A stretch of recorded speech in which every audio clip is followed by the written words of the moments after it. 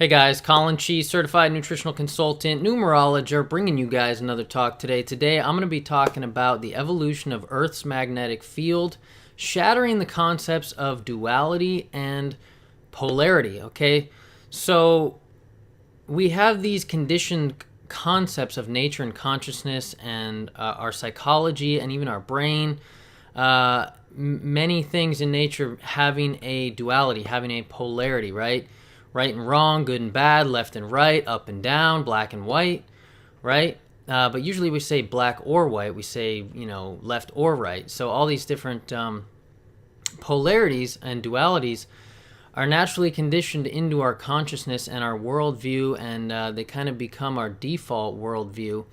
That we have to pick a side and choose a side on all these different subjects, especially with the subject of politics lately. The question is, are we more polarized than we used to be? What does polarization mean? This is going to be a very, very complex, very, very full talk, just showing you a picture of what polarity is, what duality is, why we've come to see nature as this duality kind of way, and whether duality, polarity is good or bad. Just really giving you a portrait and a picture of this whole conversation, and really in using the image of the evolution of Earth's magnetic field kind of as the hinge pin here, that kind of launches the rest of this talk into all these other subjects. Okay, so I'm going to be talking about how in the past Earth's magnetic field, they found evidence that there were multiple poles rather than just the dipole which we have now, the North Pole and the South Pole, which really, as far as a magnet goes, the geographical North Pole is actually the south pole of a magnet, and the geographically south pole is actually the North Pole, and the energy comes out of the North Pole, which is the bottom hemisphere, and goes up into the top, and it's like this. Okay, it's a toroidal structure, right? Like an apple, like an infinity symbol. Okay, this is how Earth's magnetic field is formed. So I'm going to talk to you about Earth's magnetic field. I'm going to talk to you about astrology, numerology, all these things in relation to polarity and duality. I'm going to talk about philosophy, psychology, bipolar disorders. There's going to be so many different things. Politics, religion, as causing issues with polarity and duality. Transcending duality. What is that all about? Electricity, biology. It's going to go on and on. History. This is going to be probably the most comprehensive talk on YouTube, I'm guessing, on and with the most variety of subjects covered. Really bringing this overview, holistic view to this divisive, dividing kind of subject. So let's get into it, folks. Okay, it's going to be a really, really interesting one. There's going to be so much. There's going to be a lot of science. There's going to be a lot of facts you haven't heard. There's going to be just interesting thought experiments and philosophizing and quotes on all these different things. Really giving you a good picture of this whole thing. So I'm going to kick it off with an Emerson quote as usual. Actually, before I do that, let me mark what's happening with the ephemeris right now. From now on, I think with a lot of these philosophy, psychology, etc., astrology talks that I do, I'm going to give you the ephemeris, the date, the time, all that stuff. So an astrologer smarter than me at some point can look at this talk and be like, oh my God, that talk was right on point with what was happening with the planets at the time, because I often find that I tend to be very much in tune with what's happening up there. So I want to give you the snapshot here. So Sun, 27 degrees Sagittarius, Moon, 5 degrees Virgo, Mercury, 15 degrees Capricorn, Venus, 13 degrees Aquarius, Mars, 29 degrees Aquarius, Jupiter, 19 degrees Libra, Saturn, 19 degrees Sagittarius, Uranus, 20 degrees Aries, Neptune, 9 degrees Pisces, Pluto, 16 degrees Capricorn, North Node 5 degrees Virgo, etc., etc. So I think the Venus in Aquarius is interesting. The Mars in Aquarius is interesting. Jupiter in Libra is interesting for the subject of this talk. Philosophy, Jupiter is philosophy, right? Libra is the balance, the both seeing both sides of things, the polarity, the duality, right? So, if we saw more Gemini here, that would be interesting also. Yeah. So let's get into it here, okay? So I'm going to kick it off with an Emerson quote here, just to kind of kick it off here. Emerson, this is from Compensation, his essay called Compensation. Okay, polarity or action and reaction. We meet in every part of nature, in darkness and light, in heat and cold, in the ebb and flow of waters, in male and female, in the inspiration and expiration of plants and animals, in the equation of quantity and quality, in the fluids of the animal body, in the systole and diastole of the heart, in the undulations of fluids and of sound waves, in the centrifugal and centripetal gravity, in electricity, galvanism, and the chemical affinity. Superinduced magnetism at one end of a needle, the opposite magnetism takes place at the other end. If the south attracts, the north repels. To empty here, you must condense there. An inevitable dualism bisects nature so that each thing is a half and suggests another thing to make it whole. As spirit, matter, man, woman, odd, even, subjective, objective, in, out, upper, under, motion, rest, yea, nay. Okay, so he's just kind of laying out the little picture here of polarity, but then he goes on to say that at the end of the day, with the soul, there is no polarity. With God, there is no polarity. It's this wholeness. It's this one being. That's his little take on it. I'm going to give you so many different takes on it. So let me just read a little more on that. There is a deeper fact in the soul than compensation. Okay, compensation. Okay, action and reaction, right? To wit, its own nature. Okay, there's a deeper fact in the soul than compensation. Its own nature. Okay, the soul is not a compensation, but a life. The soul is, under all this running sea of circumstance, whose waters ebb and flow with perfect balance, lies the aboriginal abyss of real being. Essence or God is not a relation or a part, but the whole. Being is the vast affirmative, excluding negation, self-balanced, and swallowing up all relations, parts, and times within itself. Nature, truth, virtue are the influx from thence. Vice is the absence or departure of the same.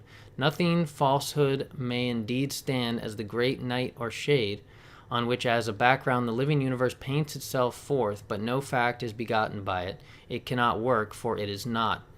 It cannot work any good, it cannot work any harm. It is harm, inasmuch as it is worse not to be than to be.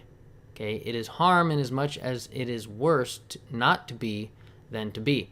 Neither can it be said, on the other hand, that the gain of rectitude must be bought by any loss. There is no penalty to virtue, no penalty to wisdom. They are proper additions of being. In a virtuous action I properly am. In a virtuous act I add to the world. I plant into deserts conquered from chaos and nothing, and see the darkness receding on the limits of the horizon.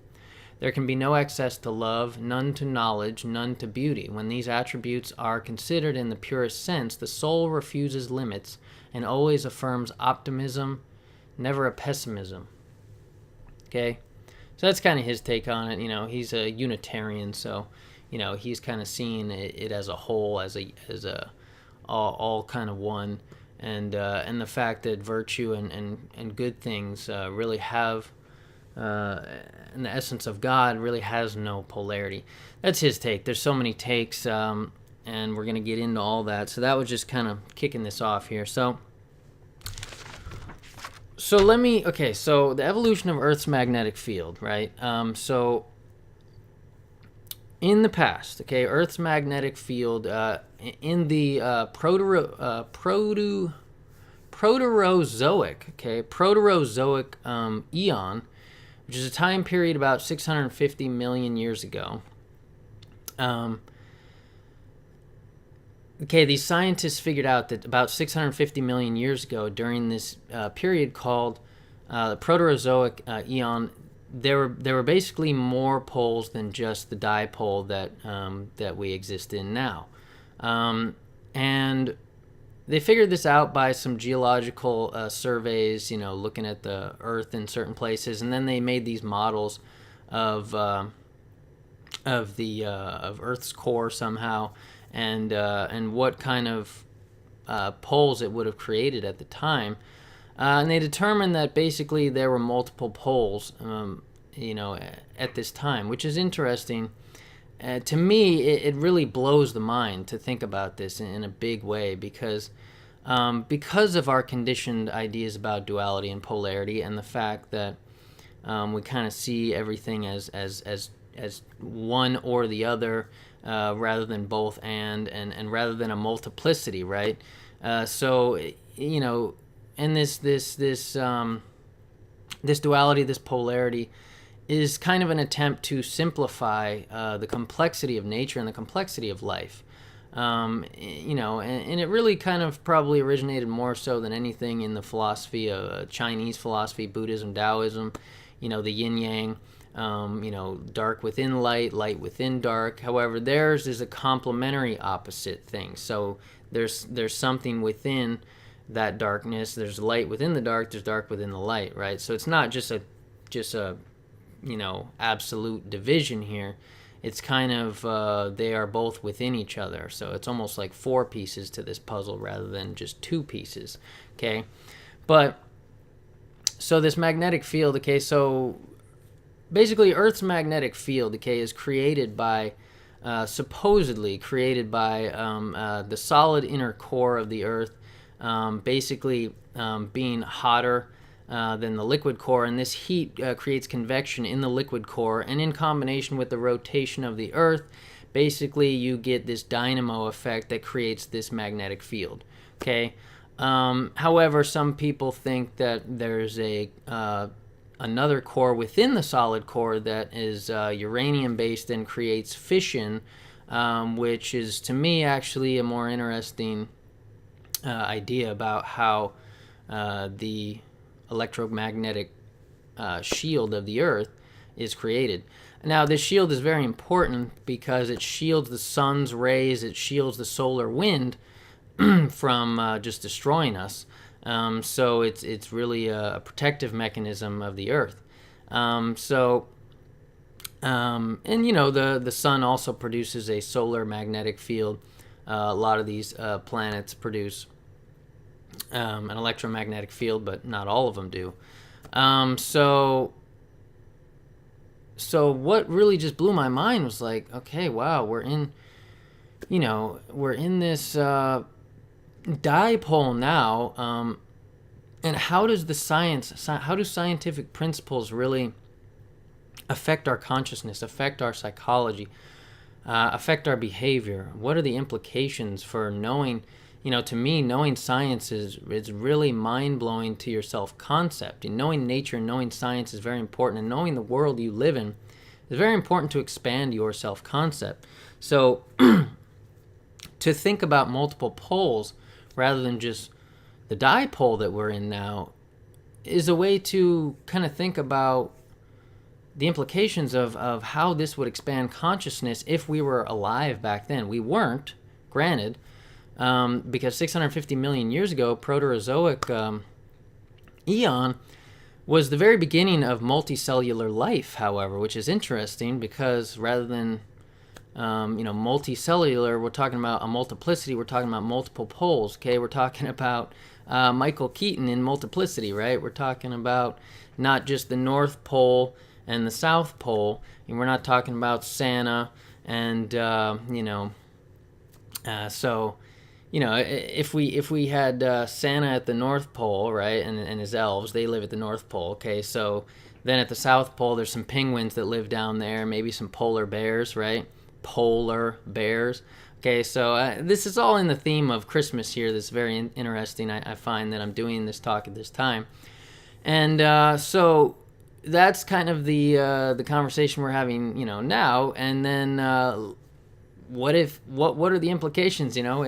If we had multiple poles, okay, so if we had a pole in the southwest region, let's say Australia, which is technically southeast, but it wraps around, so I'm putting it southwest. Southwest pole, what lives down there, right? What is the Christmas tradition? Is it polar birds? Because the kiwi is the Australian native bird. That's kind of their most famous animal. Kiwis are birds. The Australian bird that's well known, and a bunch of kiwi shoe polish. Lives down there in the Southwest pole. That would be our Christmas kind of tradition, which really Santa Claus is more based on Saturn and than anything, but not to go off on that deep end. But and then so if there was a northeast pole, okay, would we be worshiping Colonel Sanders and KFC, and would there be polar chickens? Because apparently in Japan, which is kind of like the northeast of the planet.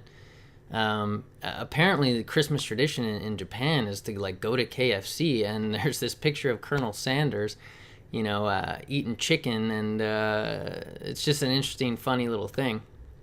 So, would those be our Christmas traditions? If we had multiple poles, regardless. So, Proterozoic eon, multicellular life. This was the beginning of multicellular life, the beginning of eukaryotes, the beginning of basically cells that contain organelles and have a membrane. Okay, that's what a eukaryote is, and this was actually the start of a lot of oxygen, the atmosphere being created more and more. Okay, so this was a big explosion in a lot of oxygen, which has created the world we live in now. So this was the beginning kind of an explosion of life. So it's kind of interesting. How did we end up settling into this dipole eventually, a more stable, simple kind of state? Whereas the multiple magnetic poles, if there were more animals around back then, would birds be flying all over the place like that because of their orientation? They get in touch with Earth's magnetic field to orient themselves in flight, and other birds and insects and things do this. And so, I also just find it interesting that, okay, if we were to put magnets in our homes or something. This was an idea of a friend of mine, actually. If we were to put 4 magnets, in our homes, would that kind of disorient us or change our metabolism or change our hormone production in some way? We could do experiments with different animals in this regard. Not that would really harm the animals, just to kind of see what happens with their metabolism, their hormones, their biorhythms, rhythms and things. What would happen to put them in this more chaotic, maybe not more chaotic situation of multiple poles? So this is kind of the thought experiment, and this is kind of the example I'm using to launch this talk of polarity duality. So, okay, so duality, polarity. Okay, let's start with politics, since that's kind of the place we're in, with the recent election. So are we becoming more polarized? Certainly political rhetoric, certainly the media makes us think that we are more polarized. Okay, tries to divide us, pick one party or pick the other party, Democrat, Republican. The problem with America is it's really a two-party system, whereas, yes, there's the Libertarian Party, yes, there's the Independent Party, but they're never really have really any chance in any election usually.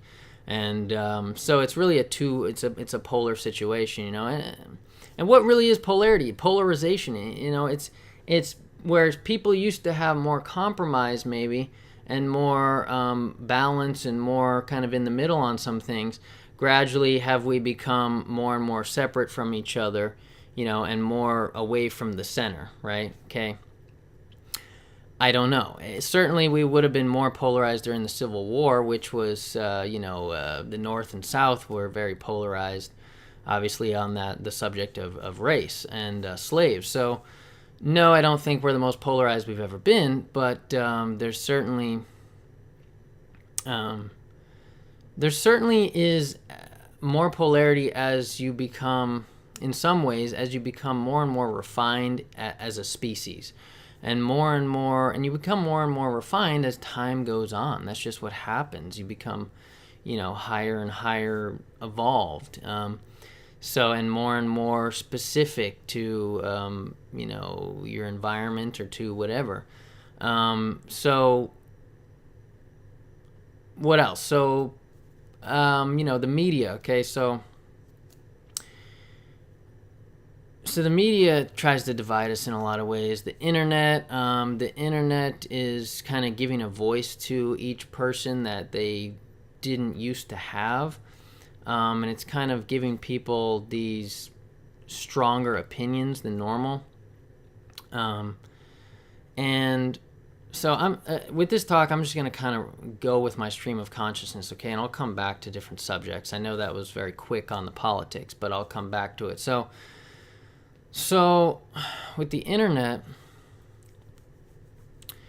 it's very interesting because the internet is kind of like a source of education, and so a lot of people actually do think that we are becoming more polarized in a lot of ways. There's the big sort hypothesis, right, where basically we are sorting ourselves more and more, grouping ourselves around people that are more like us this was an article I read, and they attribute it to education and evolution. Okay, so the fact that we are more educated than we used to be. Okay, so apparently the amount of women that have got sought out higher education, college degrees, has gone up like 45% or something crazy. Um, or something like that, or even like fivefold, I think they said,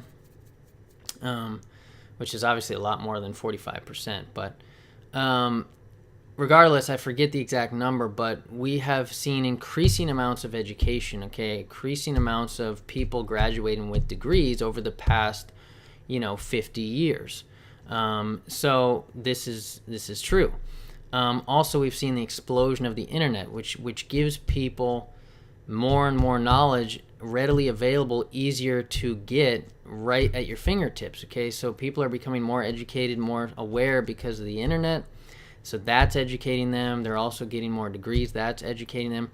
And they've done studies that basically the more educated you are, the more you end up rigid in your thinking. So if you're a Democrat, you're more likely to be a really staunch Democrat. Or if you are a Republican, you're more likely to be a really, really committed Republican. The more education you have. So it actually creates a situation where you're actually more fixed in your opinions. Now, this is the mind-blowing thing with astrology, because astrology is Aquarius. The Aquarian age is what's happening now, right? So whether we are technically in the Aquarian age yet, which, probably the most accurate description of when we're going to enter Aquarius is the year 2597, I think it is, or somewhere around 2600 AD, right?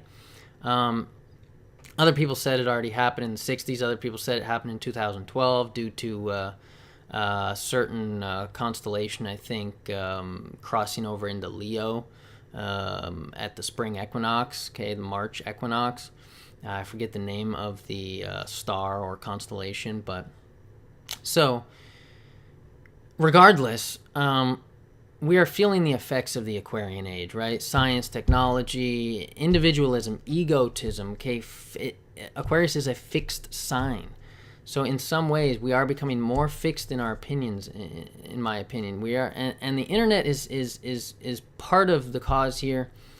Which, Aquarius is also electricity, electronics, inventions, things like this, which is definitely the age we're in. Science, okay?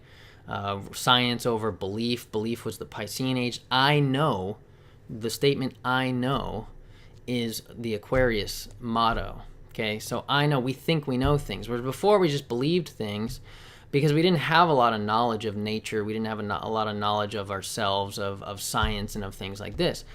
As we've gotten more and more knowledge about the world, nature, now we're not as easily led into religion. Religion was casting a shadow over us in the Piscean age. Every age is 2,000 years. Okay, so that's why Jesus was the cult figure of the Piscean age, right? So Aquarius, fixed opinions. Okay, they are very fixed in their opinions. Once they are committed to an opinion, that's kind of what they stick to. Okay, so I see the internet as part of causing this, because the internet, it really on the internet, what is valued is basically sensationalist kind of rhetoric, sensationalist titles for videos. Extreme videos, extreme things are more likely. You're more likely to click on these extreme titles, these really what's the word?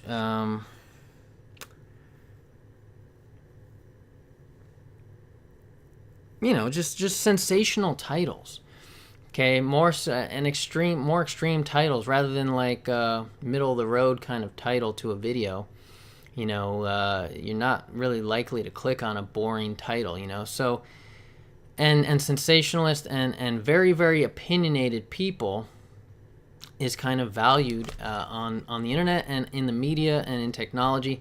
The media, the whole rhetoric of the media is focuses on conflict rather than conflict resolution. Also, all we see on the news is just negativity, negative crap. This person was murdered. This person, committed this crime. That's all it is, right? It's trying to show you how bad things are, rather than showing victorious resolutions between people. It just shows conflict. So in a way, the media is polarizing people's minds a little more if you really watch the news and things like that.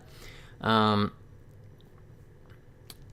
I really think the teenagers and younger kids really are more susceptible to becoming polarized too. There's this whole phenomenon I think in young adolescents and even post-adolescent people that as you're growing up, as you become an adult, you're really eager to form an identity. You're eager to become something important, become someone, be unique, stand out, have an opinion, have choose a particular side of the arguments, right? Polarity, duality. Choose a particular side of things, right? Because this is, in a way, what is valued. And and when you're an adolescent, really your whole goal is to try and get girls, right? Your whole goal is social competition. You're in high school. There's all these different kids competing for women, competing for girls, competing for attention. Trying to show their worth, trying to form their identity, struggling in the dark, forming who they are. They're not really totally themselves yet in high school. They're becoming themselves, and they're really eager to become themselves.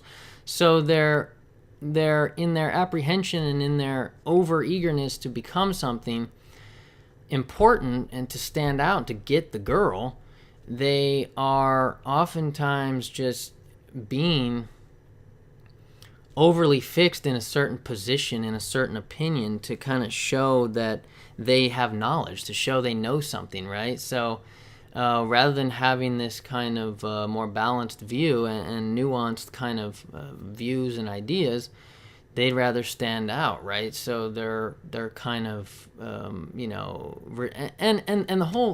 this whole paradigm of science and reductionism in the Aquarian age is really, and the fixed opinions of this age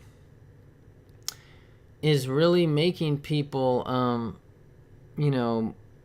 I think in a lot of ways more prone to go about this,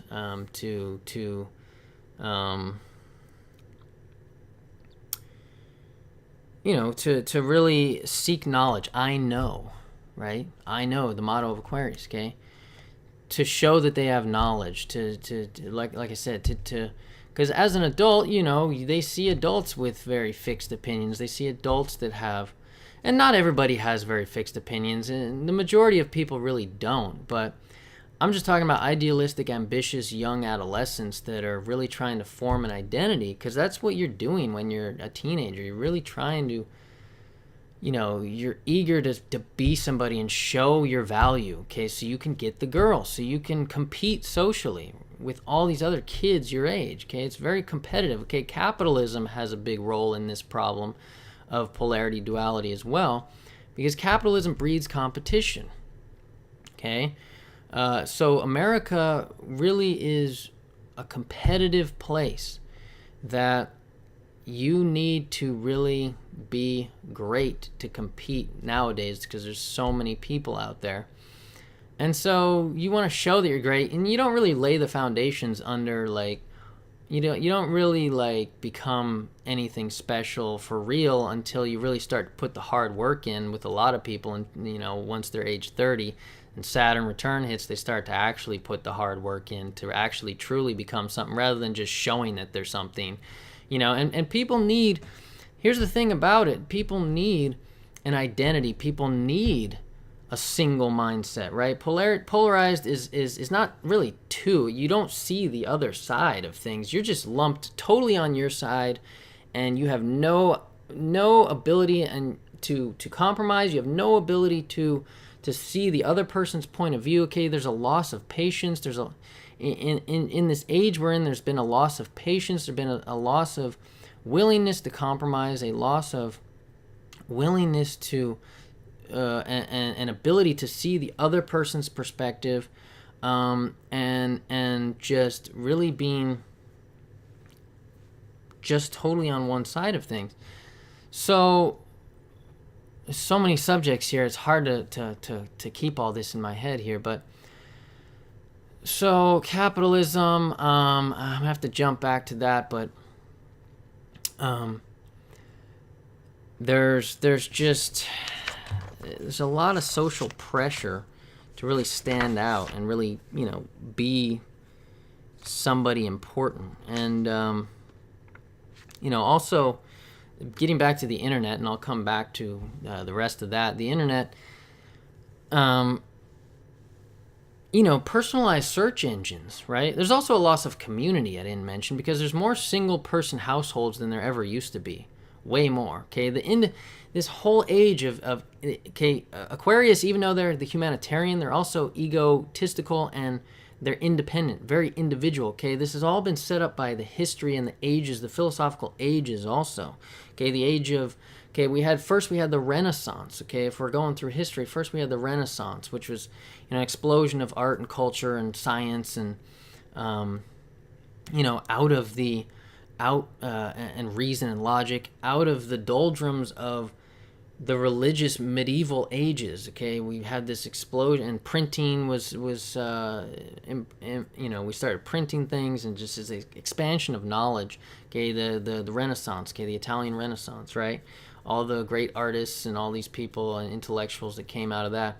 So then you had that, and then so more science, more logic.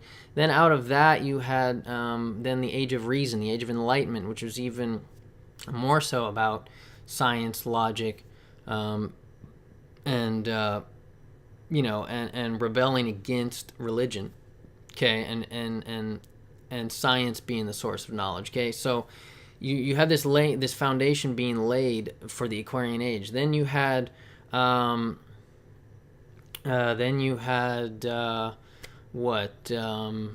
you had Romanticism. Okay, Romanticism much vaunted the individual. Okay, it was all about the individual, the individual's imagination and emotions actually being more important than reason and logic, and objective thinking. Okay, so this Romanticism was a rebellion against the age of reason and science and stuff. So the Romantics kind of rebelled against that, yet they were still pushing individual freedom and all about, how the importance of individuals' emotions and how they were more important source of knowledge, and their intuitions were a more important source of knowledge than reason and logic and experience. Okay, it was a rebellion against that. Okay, so but then after that, then you had what? Then you had you had realism, the age of these are philosophical and literature kind of movements. You had realism, which tried to bring a little more of a realistic approach, that that was kind of a rebellion against romanticism. That no, let's, it's all about what's realistic and what's, objectively true, and not, your own subjective garbage and crap is not important. And so let's get real. And then, but then you also had, you had transcendentalism. Okay, transcendentalism was definitely all about the individual, all about the one, the I, the me. Okay, now you have millennials. Then you had existentialism. Then you had modernism. Then you had postmodernism. Okay, which all of those four are all about the I, the me, the ego, the self-reference, self-consciousness. Okay, all about the self. Okay, so transcendentalism was definitely all about, basically. Similar to romanticism in a lot of ways, all about the self as a source of knowledge, more so than emotions, or more so than science, reason, experience, stuff like that, intuition, all that stuff, more important. Okay, then you had existentialism, which is all about freedom of the individual's ability to choose and be free, and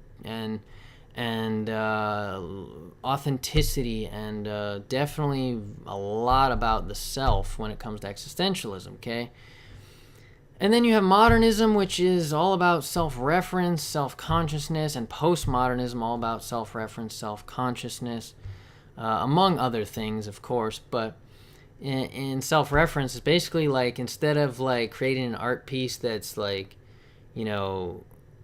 here's what it looks like, it was like, rather than putting the importance of the art piece on what the final look of the art piece is, it actually like put more emphasis on the tools and the medium used, and how you came about creating that art piece, like referencing back to yourself, really, how you, what you thought about in making it, like, became more than the objective art piece in front of you. It became more important.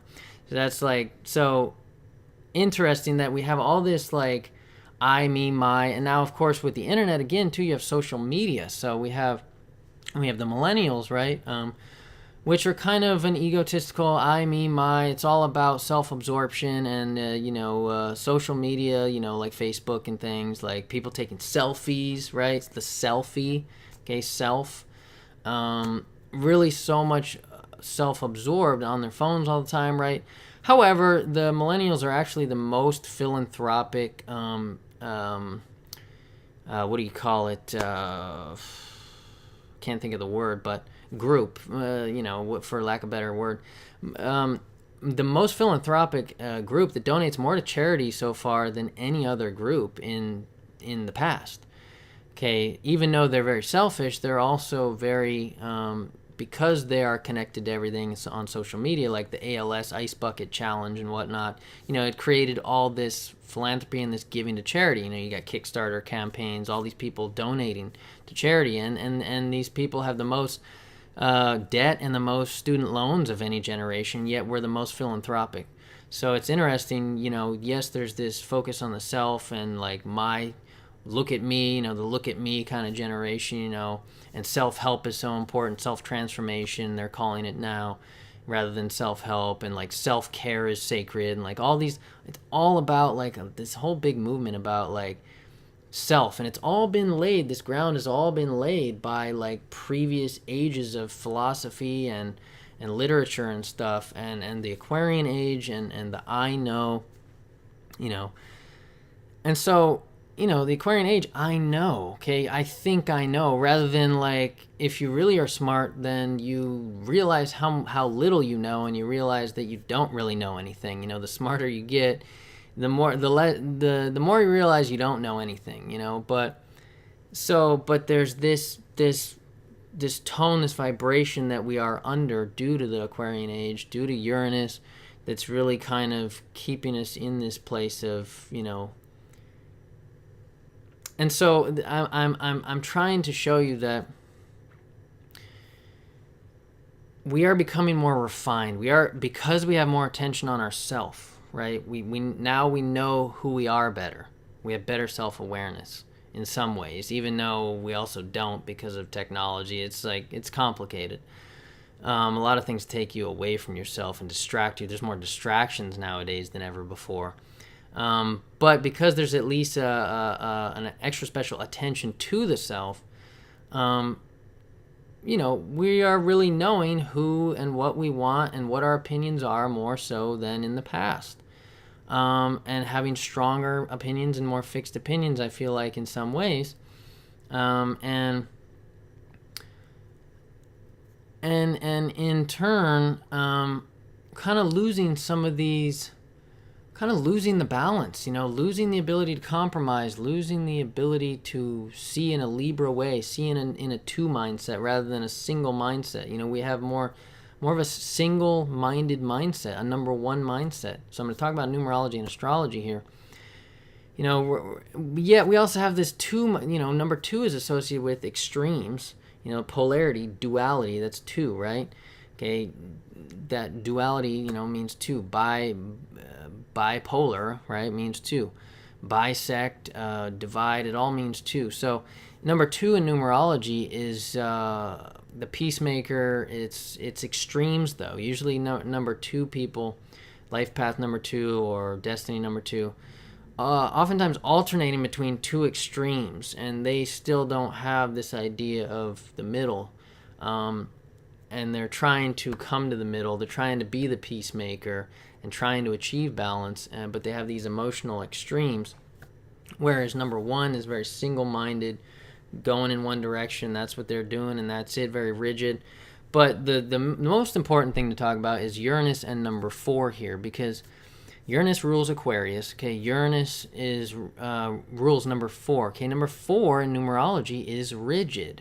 Okay, it's the square. It's the work structure and organization. It's a very rigid number. It is detail-oriented. It's efficient. So you have number four being rigid and kind of fixed in their opinions, and then you have Aquarius fixed in their opinions, and an actual fixed sign. Whereas there's mutable signs, there's cardinal signs. Okay, the age of Pisces was a mutable sign. Okay, they're more passive, more receptive. We didn't know as much about nature and science and all this stuff, so we were more easily led by religion and saviors and things like this. Number four, work structure, organization, money, business. They're committed usually also. So you're committed to one particular side, right? And so I find all these correlations very interesting. And I'm just kind of laying out this whole picture, just this whole thought experiment, this whole, evolution of Earth's magnetic field, okay? The Earth evolves, the Earth changes, everything changes. There are no constants. The only constant in nature is change, right? And to be fixed, to be too fixed in your opinions, it really just causes a lot of issues. And I wish we could somehow at least have informed opinions. I wish our opinions were better informed. I wish there were more Renaissance men and Renaissance people that were more into variety, learning a variety of subjects to really get this holistic view rather than really specializing. Education is making us specialists. It's not really giving us, traditional, like if you go to college, it's not giving us a real overall worldview education. It's making us a specialist in one particular area, so we're fixed in that opinion. And because we know nothing else about the universe, nothing else about life, nothing else about self-awareness or anything, then we're just really committed to that opinion, and then we don't have other ideas, and we can't put ourselves in other people's shoes because the nature of science is to think that science is settled. Okay, science comes with this connotation, these scientific studies, like that it's proof, that it's the ultimate truth, that it is God, that it is everything, that if it's scientifically proven, that's the end of the story, that's it.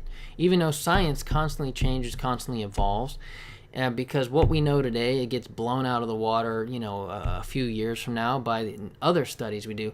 And at the end of the day, this reductionist scientific view, okay, it reduces things to a single thing. Okay, that's what science does a lot. When you're studying the human body, you're studying one particular hormone, you're studying one particular thing, you're really looking for this one thing. We have this one mindset, and I wish we could have a multiplicity mindset. Okay, this is all an attempt to simplify complexity. I wish we could hold complexity all in our minds all at once.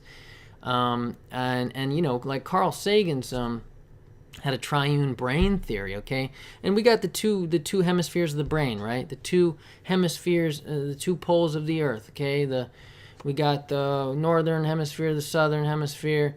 You can divide the zodiac into northern, southern hemisphere. The northern hemisphere in the zodiac is actually down here, okay, which makes more sense with the actual real dipole of Earth. Northern hemisphere is associated with self, okay, Aries through Virgo, okay, the I, the self. Libra through the southern hemisphere, Libra through Pisces is actually all about the other. Okay, Libra representing the balance right in the middle, and it's interesting that Libra didn't actually used to be even involved in the zodiac at all. It wasn't even a sign; it didn't even exist. There used to be only 10 signs, and Virgo and Scorpio were the same sign. And at some point, Libra got inserted between Virgo and Scorpio, and now there's 12 signs. And it was called Spica. Virgo and Scorpio was one sign, and it was called Spica or Spica. And then Libra was inserted as the balance, as the middle point, because that's the equinox, equal day and equal night. The night and day, hours of the night and day are the same amount of time, okay?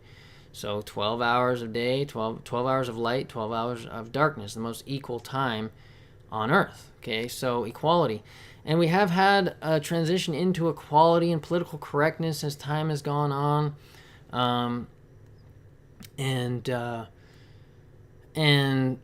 in some ways, we have become less polarized in that regard, that, everything has become more fair and more politically correct and more equal, and gender, there's more gender fluidity and transgender people, and the sexes are kind of like, becoming this mush in the center. They're not as polarized. And I really think actually relationships might actually be better if we were to honor polarity more, and duality more so than if we were to just treat, because that's what happens in relationships. There's problems when men treat women like men, and when women treat men like women, because they have an inability to put themselves in the other person's shoes, and they're so selfish that they won't let the man be the man and honor his manliness, his logic, and because men think with logic, and they're all about logic and sex and reason. Women are all about emotions and security and things like that. Of course, you can have both. There can be more feminine men and more masculine women. But on a physiological basis, this is somewhat true, because the actual brain, okay, so we have the two hemispheres of the brain, right? Duality, polarity. We think, oh, your left brain or your right brain, everything's black or white, right or wrong. Think about the middle way, folks. There's a middle way you can take through life sometimes that might work out better than going to one extreme or another, okay?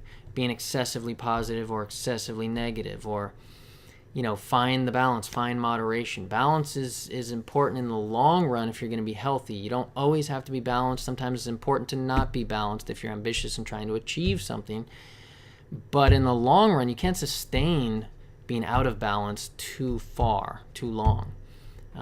So anyway, you have the two hemispheres of the brain, right? Left brain, logic, and right brain is creative, right? And we think of people as being one or the other, or more dominant in one or the other, and whereas women actually, their hemispheres of their brains are more in sync than men's brains. Men's brains, once you get a shot of testosterone in the womb, the men's brain actually separates more. That's why we're able to detach from our emotions more easily.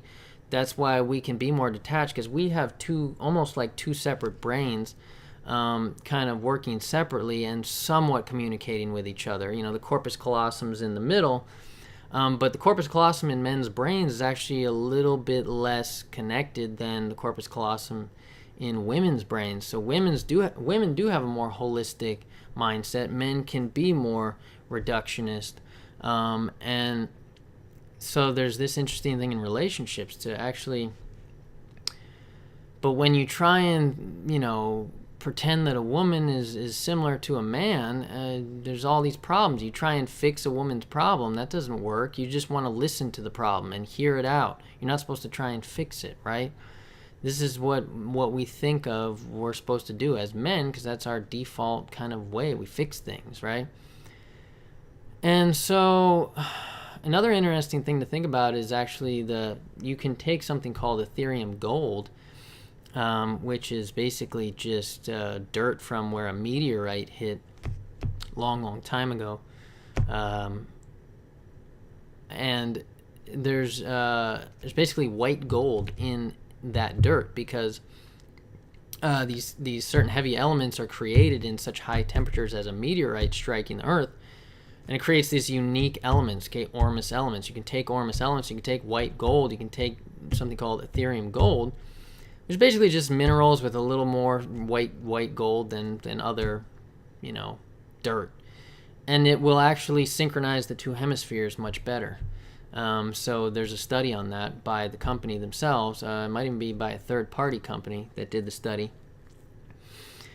So, because minerals calm the brain, drops you in an alpha wave state rather than being up in a beta wave state, and your hemispheres are actually more synchronized. So, if you want to have more of a balanced mindset, a more calm mindset, think about trying something like that. I'm sure there's probably other minerals that would probably help to do that too, and other herbs and things, but just an interesting thing. Personalized search engines, okay? The internet. Okay, with personalized search engines, you end up more polarized in some ways. You end up more rigid in your one way of thinking, because even though the internet gives us all these other things, like gives us so much variety out there, and that we are connected everywhere so well, that we can find whatever we want, but at the same time, if you use personalized search engines and personalized search engines on Netflix, Hulu, Google, whatever, they all track your previous search history, and then whatever you type in, they feed you what they think that you want based on your past searches. So this keeps you in this bubble, okay? Social media also kind of keeps you in this bubble. Facebook, Instagram keeps you focused on yourself. And you don't end up with other viewpoints as much if you use personalized search engines. So this also, the internet and search engines contribute to this consuming information in your own bubble, in your own, so this can be part of this, why there's polarization. Also, Gemini, people talk about in mundane astrology that the United States is under the rule of Gemini, which now you would definitely think it is partly because Donald Trump, now elected president, is a Gemini. Okay, that's his sun sign. And Gemini is a dual sign, okay, duality. Okay, Jupiter is in Libra right now. So our philosophizing and our philosophy is thinking about duality, is thinking about polarity. I didn't even realize this until today when I looked at it after I've been researching for this talk hours and hours and hours. Okay, I put a lot of time into this thing, but today I just realized that is the case. So, but Gemini is a dual sign. Okay, if America is ruled by Gemini, then there is this duality, there is this polarity. However, okay, Chinese philosophy, Taoism, seeing things as duality, that's what Chinese philosophy, has kind of done. But they see it in a more wise way than we can see it, because they see both and. We see either or. That's our programming, our conditioning here in America. Okay, we are programmed, we are conditioned into this either or mindset, rather than both, and rather than and rather than the middle way, the gray area. What about light and dark? What about sunrise and sunset? What about dusk? It's grayish, right? What about the gray areas of life that are important? Okay, why are they important? Because they are holistic. They see both sides. Okay, this would be number 5. If you see both sides well, number 5 in numerology sees both sides the best, because it's in the very middle of the sequence of numbers. It's related to Libra and Virgo, among other things. And it's ruled by Mercury, so it's also related to Gemini, the dual sign. Okay, dual sign, Gemini. It's kind of like a split personality person, it's almost like a bipolar person. Okay, someone that thinks one way today and then the next day thinks the opposite way, and it's just really kind of faltering on their, kind of undecided in a lot of ways, on certain subjects. But at least that gives them, I think that gives people a lot of wisdom when they are set in the middle. If you are a Libra, if you are a Virgo, if you are a Gemini, it gives you a lot of wisdom, because you can look at that. Okay, that's the extreme view. That's the other extreme view. Let me find the wise middle road that is sometimes wiser. So, and this is not me telling you that like polarity's bad or polarity's good or duality's good or bad. All I wanted to do with this video was really just give you this whole picture of it that nobody ever seems to do, and to show you how studying science makes you think about stuff like this, like studying, scientific principle. It just blows my mind how what all the implications that come with, like, if there were multiple poles at one time in Earth's history. It's just crazy. If that were to occur again, what would happen to our brains? Would we have such dualistic programming philosophy underlying? But there is a lot of duality and polarity in nature. Naturally, there's cellular polarity. There's polarity in electricity, magnetism. Okay, you can't have electricity without polarity, right? A car battery, positive terminal, negative terminal, right? You can't really have any real understanding of anything without the opposite to compare it to, right? If there were only light and no dark, you would never know what darkness is. If there was no dark, or if there was no light and only dark, you would never know what light is. You have to have something to relate and compare to in order to have any kind of understanding and in order to make decisions in life. And what I was getting at with kids and forming an identity is people need an identity to practically live through life, to get through life, to make decisions. Okay, without a self, you can't really... Okay, a self is this central organizing principle around which other things get organized and categorized in your mind, right? It's this thing that other stuff is rotating around and coming into. This is myself, okay? It's a central organizing principle for all your thoughts and, like... an identity. And people need that single-mindedness, that single self, even though there's many selves, there's many voices, but people need that single self in order to make decisions and make choices in life, okay? To practically live life, you can't be in this middle, like, undecided, mush of concession, kind of mushy place that doesn't really know what to do. You can, but you won't have a lot of control over your life. You will be more passive. You will be more of a believer in fate, and you will be more reactive than active in your life. But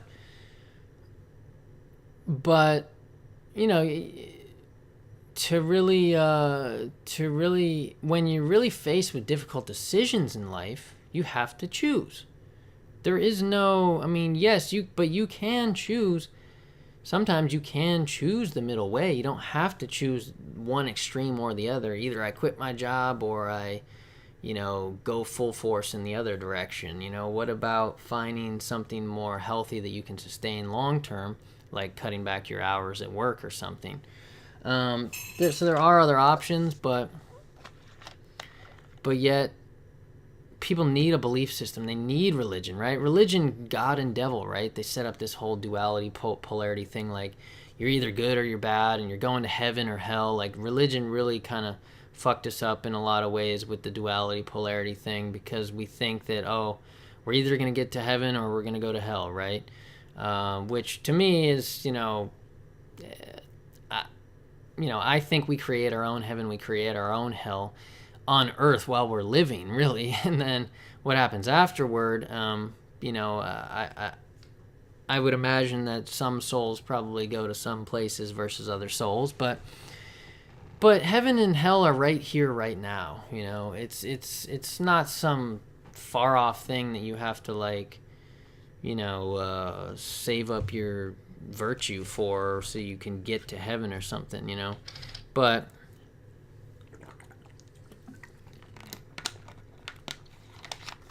people need religions because it's like, well, now I know how to organize my life. Now I know what direction to go in my life. Now I know what to do with my life because I have this belief system. They need these rigid beliefs in order to choose in life and to make decisions and in order to go in a certain direction and become something. But is it important to become something to is it just all an idealistic, egotistical pursuit, or what is it?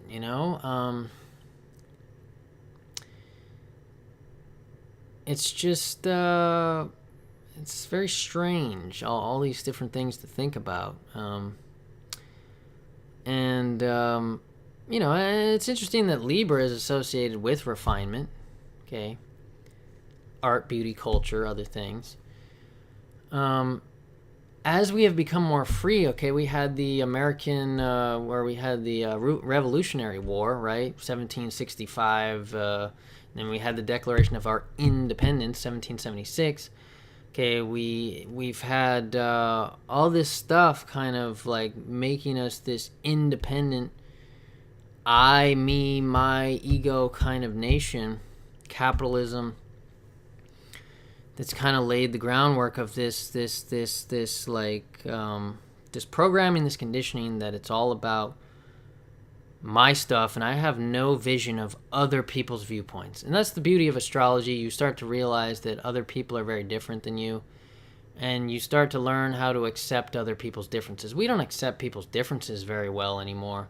And there's more polarization in a wave from even the racial issues coming up again with Black Lives Matter, black versus white, white cops versus black, kids. It's just people are becoming very extreme. The internet is breeding extremism, and I wish we could see through all this. But let me talk a little more about the numerology, the astrology too, because I find it interesting that Aquarius, it's an A and a Q, or the first two letters, right? A is number 1. Okay, we're talking about one way, my way or the highway, right? Polarized, duality. It's my way. It's black or white. It's my way. It's not about your way, Aquarius, A is number 1. Starts with an A. Okay, that's number 1 is all about Aries, single-minded, ego, self, all that stuff. And then you have Q, right, which is number 8. The ancient ruler of Aquarius was Saturn, which Saturn rules number 8.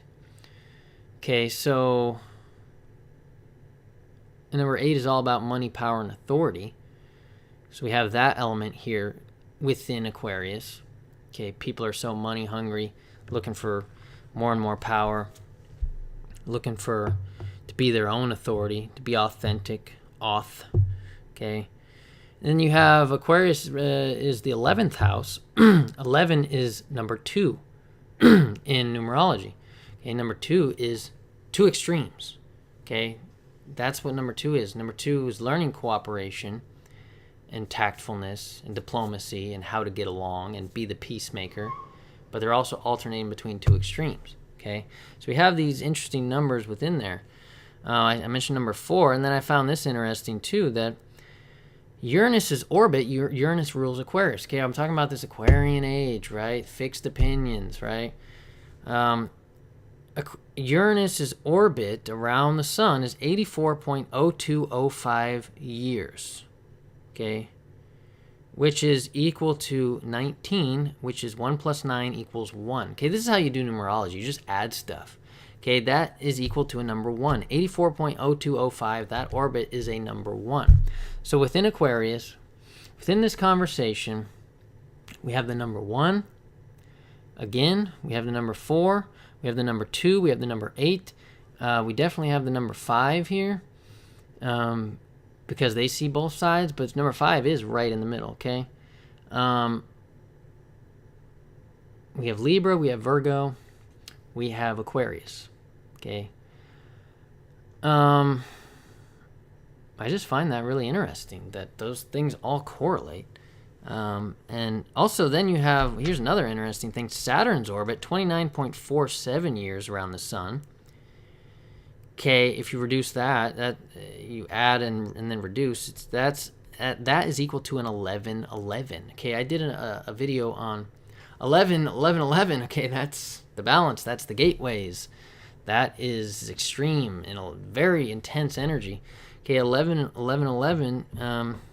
Check out my video on 11 on this channel. It kind of covers some of these themes. But what's 11 plus 11? Okay. That's 22. 2 plus 2 is 4. That's number 4. We're talking about Uranus. Uranus rules number 4. Okay? Aquarius. Okay? Interesting. Venus and Mars in Aquarius right now in the ephemeris in the sky. Okay, so... interesting. Venus, Libra. Venus rules Libra. Libra is in Aquarius right now, in a way. You understand this balance is in this Aquarian age. This is... And this time. I mean, right now, right here, December 18th. Okay. Interesting stuff. Okay. Let me see where else I need to go with this talk, because I know I'm missing a lot of things. It's very complicated talk that I have a lot to say on. Let me talk a little bit about depression and what happens with polarizing effects in duality. Okay. With depression, you have, you end up in a very polarized way in depression. You end up extremely negative, right? You're depressed because your perspective is so altered, and so you become so polarized on one end. You're so hopeless that you're so negative that you can't live with yourself. You hate life, you hate yourself, whatever it is that's causing the issue of your depression. You can't deal with it, and it creates all this stress, and you just are depressed. And what happens with that is when you're extremely on the negative side of the spectrum, okay, all life is this spectrum, the electromagnetic spectrum, right? When you're on that very far end over here, what happens when you finally hit the very end of the spectrum? You've hit rock bottom. You're gonna kill yourself, or you're gonna rise out of that, okay? When you make a choice at that point to rise, to go the complete other way and get past 0 into the positive side of the spectrum, okay, and you finally make that change, and time finally just cures you. You've been depressed for long enough, and it just, one day you just kind of wake up, and the depression just, you just kind of realize it's not like a epiphany moment. It's multiple epiphanies that have built up over many years until you get out of that depression, but something finally clicks to really send you into the positive finally, as you've gotten a little closer maybe. And then what happens when you're doing that, in that whole process, you're figuring out like why you're depressed, what's wrong with you, what's causing your pain, right? You're really trying to figure it out, unless you're just in denial the whole time. But eventually you have to face yourself, you have to face the depression, face what is the cause, and you start to figure it out, right? You start to figure out who you are. You're refining yourself. You start to figure out what causes you pain and what makes you happy. So you end up with this divided mind because you're like, okay, so this is either good for me or this is bad for me. And you end up extreme in this way that because you can't handle you can't handle any more of that negativity because you won't live, you won't survive. You've blocked it out at this point. It's like you've become a different person now as you've gotten out of the depression. You're not going to deal with that shit anymore. You're going to stop it before you indulge in that negativity. It just naturally happens. You stop it in your mind before you indulge too much because you've realized that that negativity isn't real. Okay, so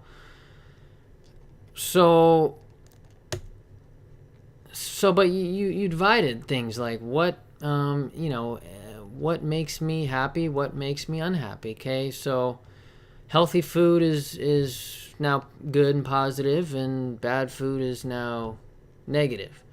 Okay, hanging it could be anything, whatever the source of the pain is. Hanging out with my uncle, or hanging out with my brother, or hanging out with my mother or my dad is not healthy for me. It's not good for me. So they get put into the negative category.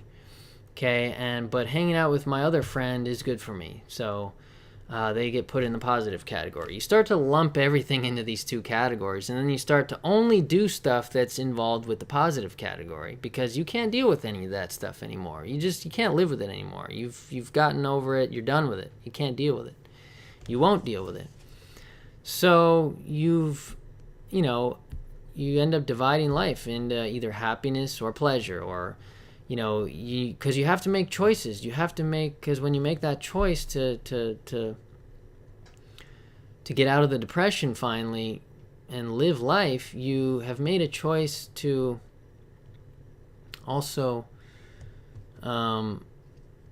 you've made a choice between either happiness or pleasure. Like if the pleasures only bring pain, then you have to choose happiness, longer lasting sources of fulfillment for yourself, right? Rather than just quick pleasures which only bring pain. So you put like maybe sex or like drinking alcohol has caused you too much issues, so you can't do that anymore, right? Or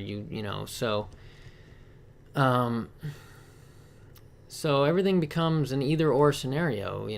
I either choose like happiness or I choose pleasure. I either choose spiritual transformation or I'm choosing suffering.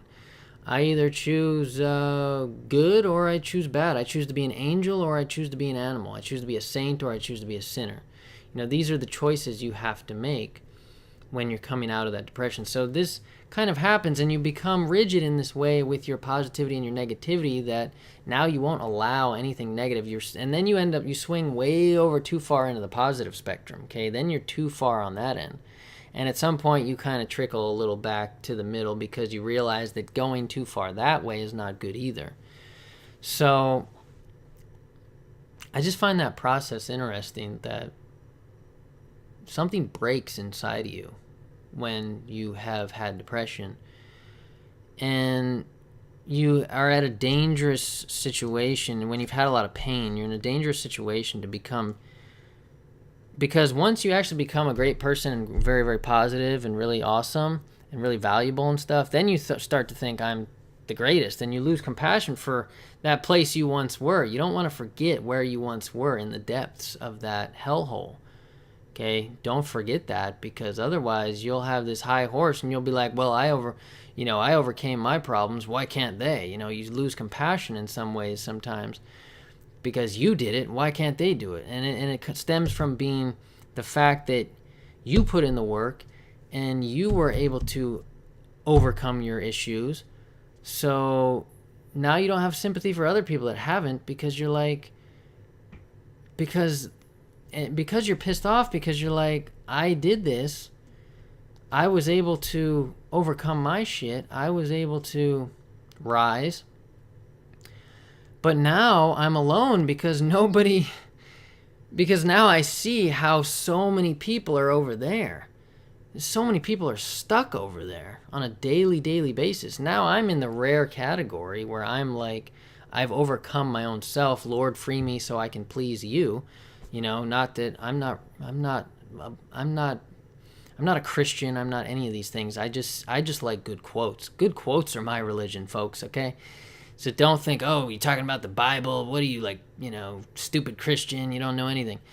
That's not me. I'm talking about astrology here. I'm talking about all these other things, okay? So, but there's some interesting quotes. And that quote's not even from the Bible. So anyway, whatever you want to call Lord, but, free me of myself so I can please so I can serve is a better way to put it. Free me of my own issues so I can serve other people. So I can really be of value and contribute something to the world. Most people are so caught up in their issues that they can't even ever get past them and get to zero. So they live their whole life on this side of life, and they never can really do anything to contribute anything real to the world because they can't even get past their own issues. So anyway, you come up with this set of rules that is problematic and rigid because you won't allow any more negativity. There's a danger of becoming too rigid, okay, too fixed in your opinions, too polarized, okay. If you, if you lose too much sympathy for that place you once were, once you get to this mountaintop of like success or whatever, and so don't do that, okay. I'm warning you. It's not good. It will create all these problems in your life. What else? Okay, in times of crisis, okay, these are sometimes manufactured by the media in order to unify us over one issue, okay, in 9/11, okay, or anything else, okay. Any other false flag, whatever, these things are mass constructed and created so that we can come together as a nation, so that we can unify and be less polarized. Okay, they want us polarized in the election, but then they want us less polarized when we go to war, right? So then we'll support the war if some other country is attacking us. Okay, then it's justified that we can go to war and we're unified, and we have more patriotism. It's brief spikes in patriotism and faith in the government and stuff when there's a tragedy like that. But then it goes right back to, lack of patriotism. I mean, Americans really don't have much patriotism, I find, compared to other countries. I mean, when I'm on Instagram and stuff and I'm looking at, like, I see, for some reason, Australians, I don't know what it is, but they seem to have pride in their country, because anytime, like, somebody that's into health that's following me or whatever, they'll indicate that they're Australian, but I never see anyone indicate that they're, like, it's not like anyone says US of A or United States, like, in their profile, like, right there in the few words you have to describe your profile on Instagram or whatever. They'll say, like, they'll put a symbol for Australia and they'll say, like, Australia or whatever, because they have pride in their country, they have pride in their nation. We don't really have that. We only have that in brief moments when, people think we have that, and some people do, of course, but the vast majority of people are disenfranchised. They don't believe in the government anymore because the internet is making people conscious, making people aware of all the bullshit and the wool that's being pulled over all of our eyes, right? We're seeing through it all, and we're becoming into this place of, I know that you don't have my best interests, government. No, you have the interest of the corporations, right? This is a corporatocracy. This is not a democracy in any way, okay? The Electoral College proves that, okay? This is not a democracy, folks. We have the illusion that it is, okay? So, however, now the expansion we do have a lot of freedom in the United States. I'm not against the United States or anything. We are very free in a lot of ways. And we have become more and more free over time. And this freedom, this expansion of freedom, has also, in a way, made us more polarized and more looking at duality. Okay, because you have freedom of choice, you have freedom of to express yourself, freedom to where you want to live. You easily have a voice on the internet. Any person can get a freaking computer and get a webcam, and you now have a voice. You're a political voice in some way, and so naturally you become more refined, over the course of having more and more freedom, okay? Because you're able to do what you want with your life. So, whereas, in the past, you would have gotten burned at the stake. So you couldn't really be as polarized back then because you couldn't voice your opinions. You couldn't have strong opinions. You had to go along with what the church told you to do or you would be burned at the stake, okay? So, and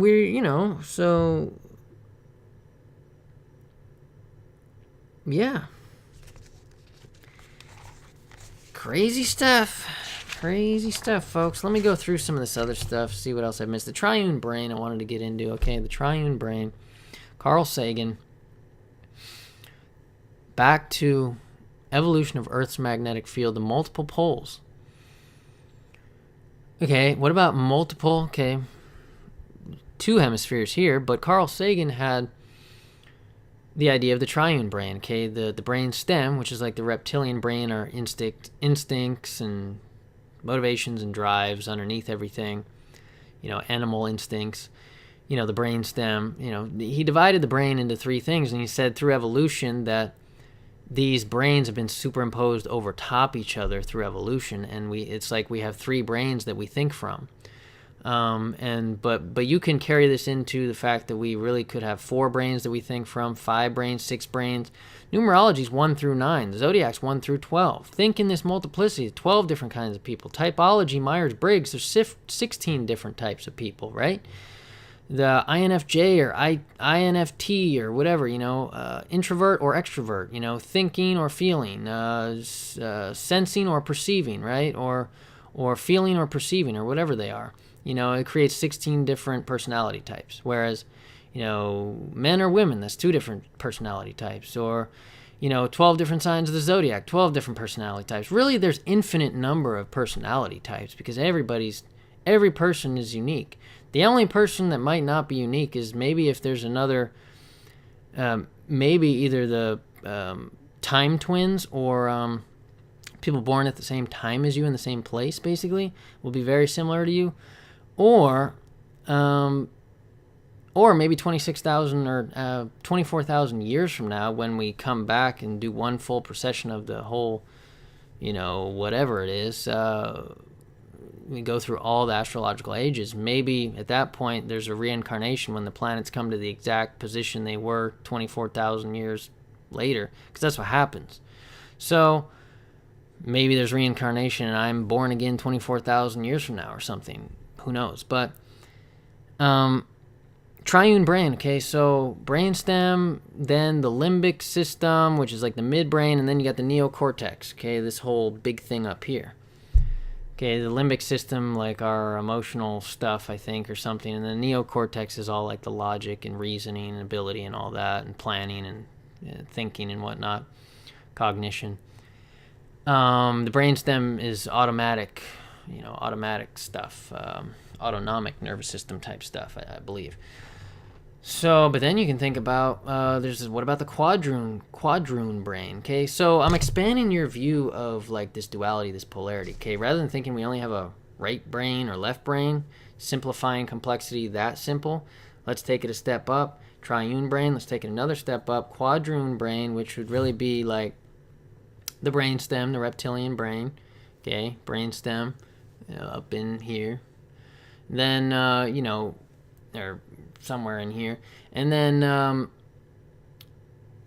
the other, what do they call it, like the other mammal, the small little furry mammal brain, somewhere up in here, like a mouse or something. And then you've got the monkey mind, which is the neocortex, and then you got the prefrontal cortex, okay, the dolphin brain, right? Dolphin, monkey, reptilian, and then like a mouse, in the middle. So quadroon brain. 4 poles, okay? Evolution of Earth's magnetic field, okay? They thought there were 4 poles 650 million years ago, okay? Let's think in a quadruple, okay? Quadrupole rather than a dipole or a tripole, even though that really can't exist, but If you're talking about the brain here. And then what about the pineal gland? What if we put that as maybe like a key area of the brain, and we called it a quintune brain, or quadroon brain, and then a quintune brain, okay? Or what if you separate the brain into the brainstem, that's 1, the cerebellum, that's 2. You got and then you got all the different lobes. Then you got 4 different lobes in the neocortex. So that'd be 4 or 5. That'd be 6. Be a sextune. Sextune brain. You got the parietal lobe, all the other lobes. I forget the names of them. Okay, there's 4 up there that they consider that are categorized and specialized into areas of cognition and processing and thoughts and stuff, and they do certain things, those certain areas, because the brain is kind of divided into different areas that specialize in certain kinds of processes, but then they all are also integrated to a large degree. So these are all integrated, but certainly the male brain a little less integrated, I'd say, than the female brain if you look at physiology. So let's expand it. Think, what if you think in 9 numbers, okay? 1 through 9 in numerology, in mathematics. There's really only 9 numbers, and then it just repeats, okay? Or what if you think in a 1 through 12 kind of way? Or what if you think in an infinite kind of fashion, ultimately expanded fashion, okay? This would be Sagittarius, okay? Sagittarius, okay? Technically, we're still in the sign of Sagittarius. An expansive mindset. Sagittarius are all about growth and expansion. Okay, then we're going to enter contraction and limitation, which is Saturn. Okay, in December 21st or 22nd. So, because then we'll be in the sign of Capricorn. Okay. So, interesting. Okay, what about these brains? Let's think about everything. Let's take the whole picture into view here, folks. Let's not just be polarized, and let's not just think in a duality, black or white, left or right, up or down, right or wrong, good or bad, etc. Okay. What else? Bipolar. What about a binary? What about astronomy here? Are we in a binary? Okay, is the sun rotating around another star? Okay, is our star, the sun, in a binary with another star?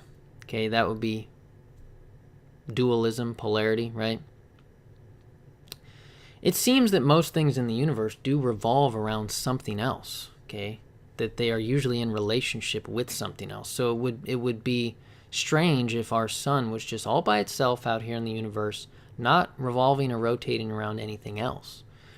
So there's a pretty good book, I forget the name of it, but makes it pretty convincing that we are in a binary. Okay, so the implications of that are interesting. Okay, so bipolar disorder. What about tripolar disorder? Quadrupolar disorder, okay? Yeah.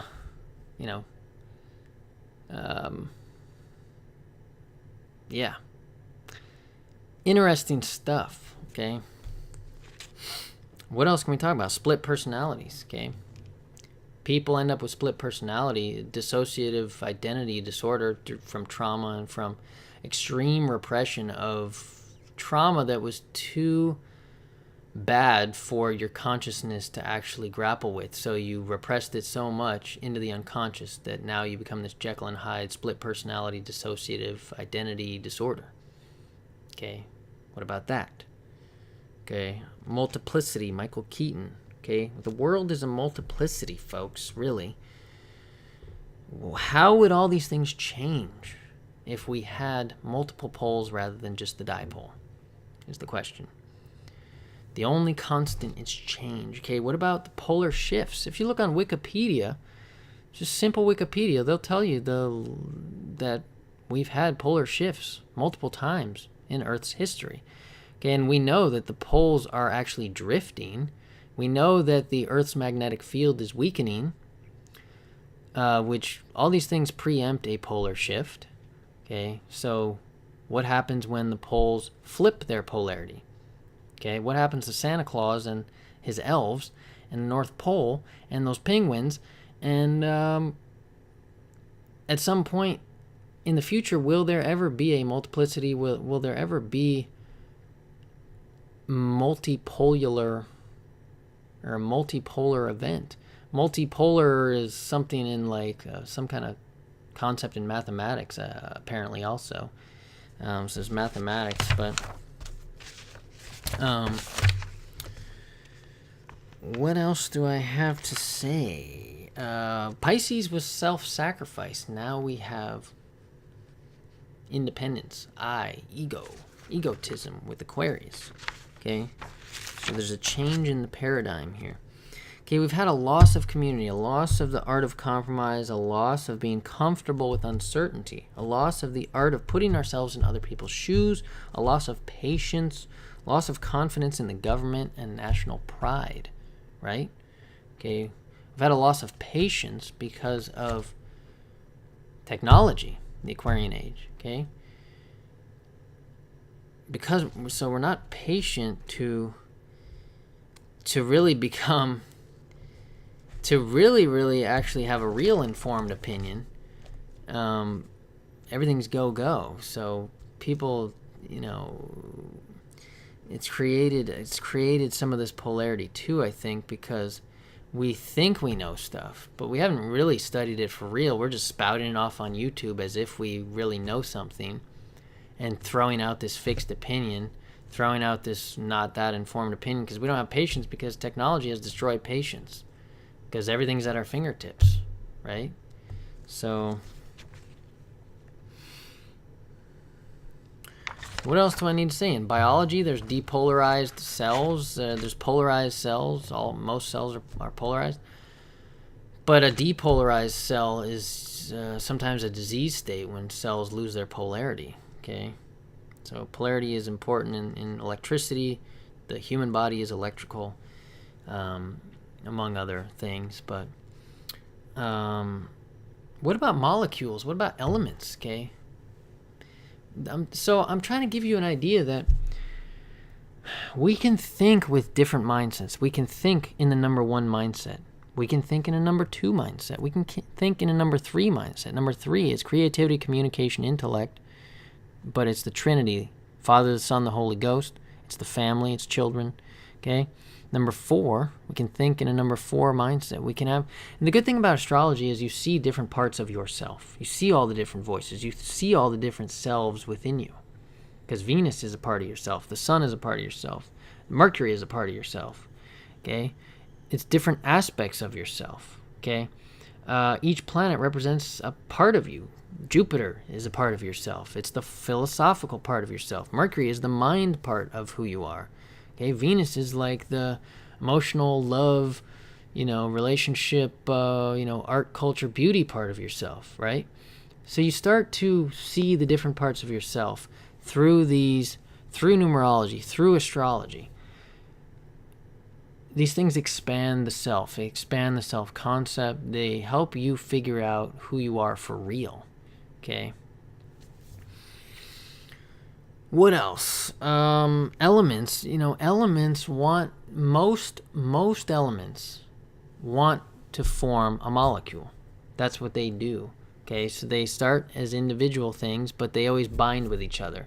So in nature, things are always binding with each other. As humans, if you're a man, do you need a female to be complete, to be a whole? If you're a female, do you need a male to be complete, to be a whole? I don't know. Everybody's different. I don't think everybody needs a relationship. However you define relationship. But interesting that it's interesting to ponder what happens in nature and what happens in science and elements, molecules, the earth, the planets. Okay, and how those can play into your self-concept, your psychology, how you think. Okay, if you know about this stuff. If you don't know about this stuff, you have a very narrow self-concept, very narrow idea of who you are. Okay, you might just go along with roles and, you know, I'm a fireman and that's who I am and that's it, or whatever you choose, rather than realizing you are this expansive being. You are the entire universe. You are everything. As Emerson puts it, you are all, you are whole, you are the whole universe. Okay, every part of nature is represented in you. But yet, elements, there's also the noble gases. Okay, these things don't bind with anything. Okay, they stay alone. They stay by themselves. Okay, they do not form this duality structure. Okay, so just thinking more about science, thinking more about, you know, earth science. All truths are but half-truths. What do you think about that? You are only half yourself. The other half is your expression. Okay, that was Emerson. What do you think about that? Half and half mindset. Opposites are identical in nature, but different in degree. Okay, what about oppositions in the zodiac? If you have a lot of oppositions, you may be divided very much, because you have a bunch of planets over here and then you have a bunch of planets over here opposing each other. It's like you're conflicted. What if you have a stellium in the zodiac, a whole bunch of planets all in one area of the zodiac? Then you're very focused on one particular area of life. Okay? And these other areas of life aren't that important to you. Okay? How this can create different kinds of people. Okay? Different psychology. Everybody's different, folks. That's what I'm saying. See it all. Accept it all. And don't challenge other people's. Don't challenge other people so much. You know, challenge people that you really know sometimes do have, like, are having a limited mindset, but sometimes there's people that are simply just refined and say and label themselves, say something about themselves like, I am this way. And like, you might think that's a limited way to think about yourself, but sometimes this person is just more refined than you are. Okay, they've learned what they want, who they are. They don't want to fucking live in on do all this other shit. They're not in the mode of continuing to expand outward. They've expanded outward for a long time, long time. Now they're coming back to their self. They're in more of a contraction phase, coming back to the center of who they really are. You, when you're young, teenager, adolescent, you're still exploring the world. Okay, I've already done a lot of the exploration that I've needed to do in this life. It will never end, because all I do is constantly explore. That's what I'm all about too. But at the same time, you can't only explore. If you know, sometimes you gotta come back home a little bit. Okay, so you don't end up unhealthy. Okay. What about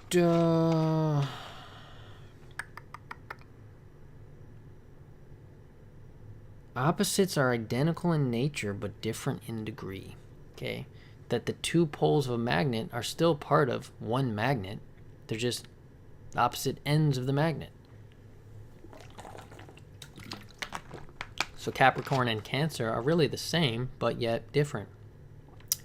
Okay, or Aries and Libra are really the same in a lot of ways, but different in degree. Study all this stuff, folks. Study it. Okay, what about quantum physics? Okay, a wave and a particle, right? A wave can be a particle can be a wave. They are both. Okay, in quantum physics, a particle is also a wave, depending on whether you observe it or not, right? Things do exist in two states of matter simultaneously at one time, depending on your outlook upon that thing, which is crazy. Okay, so your mindset does determine your reality in some ways. Okay, that duality, particle or a wave or both, they're really both. It's a both and. It's not an either or. They are both at the same time. Okay, Schrodinger's cat, it's alive and dead at the same time. This is how This is how the world works. Things exist in two states at one time. But do things exist in more than two states? What about other dimensions? This is just interesting thought experiments that I'm having here. That's all this is. I'm not trying to say that one viewpoint is right or wrong. All I'm trying to do is paint this picture, give you ideas about all this that you haven't thought of before. Okay, Kierkegaard, existentialism, he wrote a book called Either Or. Remember I talked about existentialism, the self, the individual, freedom, authenticity. And he was all about decision and choice and direction, for sure. He was all about making conscious choices, which is what you have to do in life on a practical level. Okay, this is all highfalutin science and highfalutin philosophy and psychology I'm, spouting off here, but then you also have to live life. Okay, and that takes some division, some choice, some picking one particular side of things, and not just being, unsure of what to do with your life. Okay, choose and commit. When you commit, your life changes a lot. When you commit to one particular thing, everything in nature and life starts to help you to achieve that one thing once you truly commit. If you're always undecided on everything, Libra, just so Libra-esque, you'll never really experience like real living, real life, like real achievement, real, until you go to one extreme. Like you have to go to an extreme to know the other extreme. But to really commit to something, it's just like something bigger than yourself, a goal, a purpose. It's more of a self than anything else, I think, really. Is there a self though? I don't know. Okay.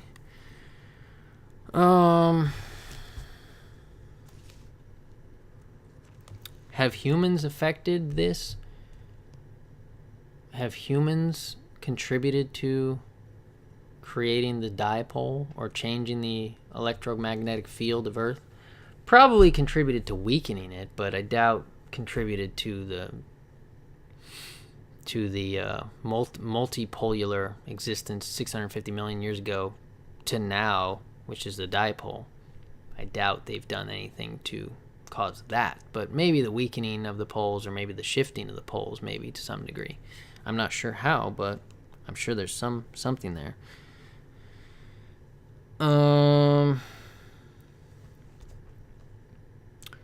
Newton's third law: for every action there's an equal and opposite reaction, right? Okay, that shows polarity and duality, right? What if you're a cusp baby? What if you're born on the cusp in the zodiac? If you have a lot of planets on cusps, okay, right between the houses, or just barely into one sign, or just barely into one house, so you're right on the cusp between two different signs. Then, and let's say you're also a Gemini. Let's say you're on the cusp of Gemini and Cancer, and then you have all these other planets on the cusp, or you're on the cusp of like Libra and Virgo, and you have all these other planets on cusps. Like, you're gonna really be in the middle of things, and have very difficult time making choices and deciding on things in life. So maybe some of this stuff will help you think about all this, but maybe it'll just confuse you more. What else do I need to say? I know this is a long one, folks, but I don't know where this is all coming from. All I do is receive the vibrations from the infinite, and I translate them to you, because that's what Mercury does. I'm a Virgo. That's what the messenger does. The messenger of the gods is Mercury, okay? He takes the messages from the sun, and he gives them to you folks. That's what I do, okay? Whatever the heck you can get out of this, whatever relevance you think this... to me, like I said, I don't know why I'm so obsessed about this right now, but I could guess why, but I just think the implications are just astronomical. If there were ever in our future multiple poles, I don't know why. I just do.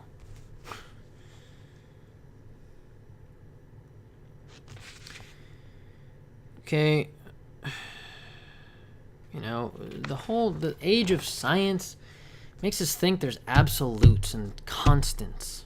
Makes us think that there's one way. There's one God. Religion makes us think there's one God. Some religions, right? Monotheism. What about pantheism? What about deism? There's more ways than one to God, folks, okay? I don't care what your religion is. Have some tolerance for other people's ideas of religion and other people's spirituality. My religion, really, if I had to nail myself down, is astrotheology, okay? But I don't like the word astrology because to me, I'm not this out there thing. My predominant element is earth, okay? I'm down to earth. I am very grounded, okay? I'm extremely grounded, yet I have Pisces in me, so I get into some of this stuff, okay? And trying to uncover and trying to innovate and uncover all these mysteries. However, my very much most dominant is earth. It's like 52% of me or something, as far as the elemental makeup. And so to me, astrology is not, I don't like that word because astro means star. And what does that mean, right? I think of planetology, okay? Astrology really is earth science because earth science is a category of planetary science. Earth is a planet, right? It's planetology. It's studying the other Earths out there in the universe. Saturn, Pluto, Uranus, whatever planet. It's studying planets. That's all it is. Studying Earths. It's studying rocks out there. Studying gases out there. Studying elements that are out there, okay? What about the 4 elements, okay? The classical elements in Greek antiquity. Okay? Earth, water, air, fire. Okay, the zodiac is in this division. This is a way to simplify and do typology. Okay, personality typing. That I'm an earth sign, I'm a fire sign. That's thinking in 4 different ways rather than a duality. Think about quadrality. Okay, what about the Chinese medicine? What about they have 5 elements? Okay, that's thinking in 5. Okay, 5. There's 4 different kinds of intelligence there. I think in a lot of ways there are 4 different kinds of intelligence because of the classic Greek 4 elements. But you could say there's 5 kinds if you're talking about Chinese medicine or Chinese philosophy.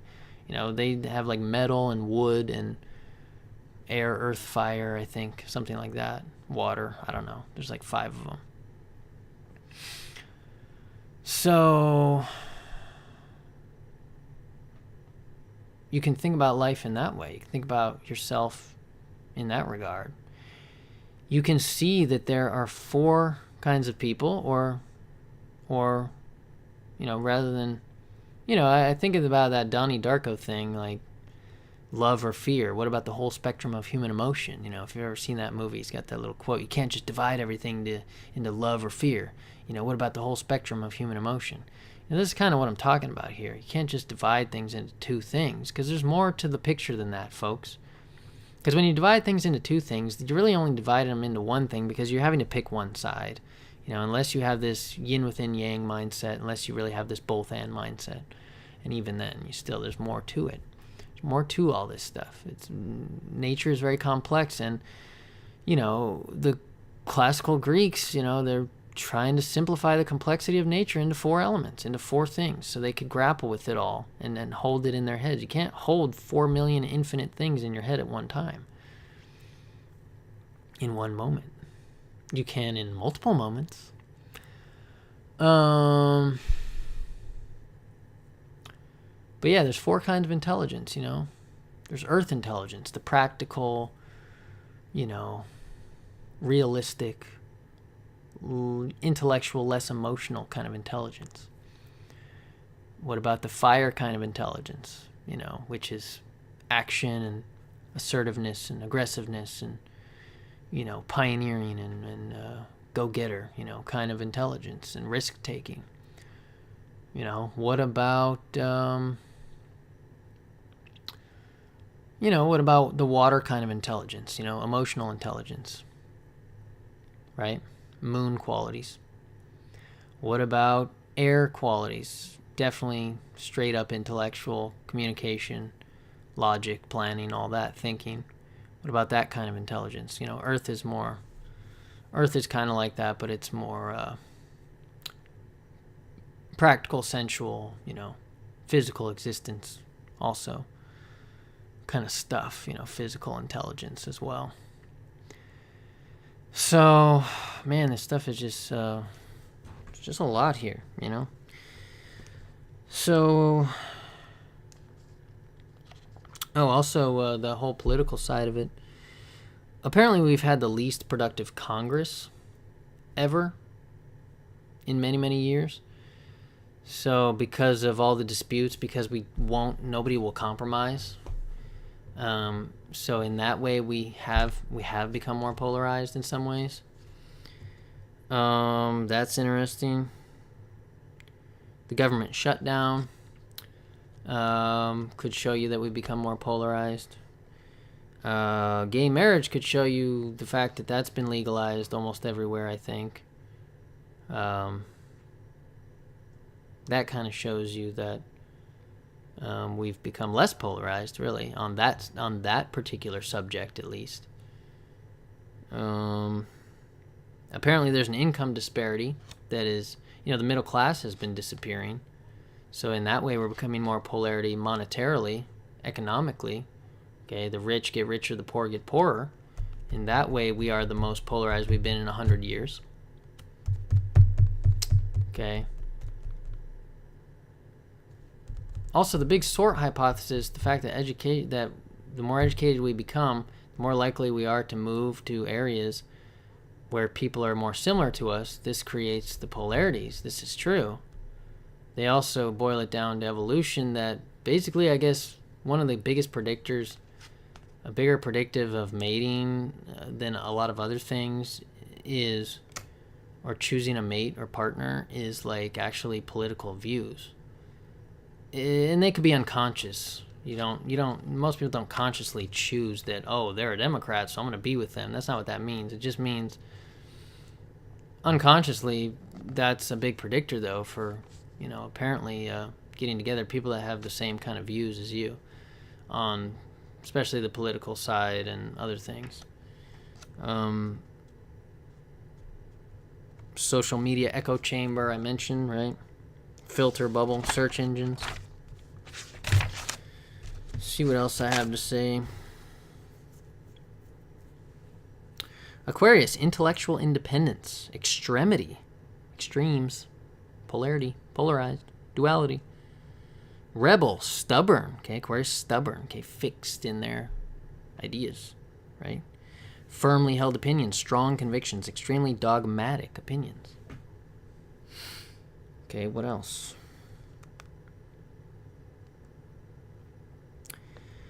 I'm almost done here, folks.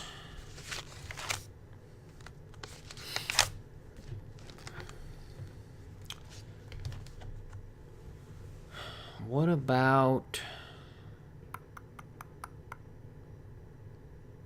Yeah. Okay, the zodiac, self and other, right? I mentioned this division of the zodiac is self and other also. Okay. Then you can divide the zodiac into 4 quadrants as well. You don't have to just make the division those ways. Okay, that's another level, another layer. Different. Each quadrant has a different kind of focus. Okay, we're becoming more refined. We used to be more crude and barbaric, right? I mean, we would behead people and shit. Now we have a fair trial for everybody, and so in a lot of ways, we're political correctness, equality, fairness is, we're becoming more refined. So that when you become refined, you start to realize what your opinions are, who you really are, and so you end up more polarized in that way. Because you become more, as a species, it's natural that you become more and more individuated, psychologically, physically, etc., right? Become more and more individuated if you're talking in psychology terms. Okay, more and more refining, getting rid of the crap that's not real and the crap that's not really you, that's not really true. Getting rid of all that stuff, getting rid of all of our crudeness and our barbarism, and we've become more and more refined, which makes our opinions more and more refined, makes us all, you have more and more fragmentation, more and more different kinds of opinions, right? In America, we have just great diversity of opinions. We have everybody here from everywhere, right? So it creates this melting pot. So in that way, fragmentation is sometimes, and variety is a more important conversation than polarity and duality.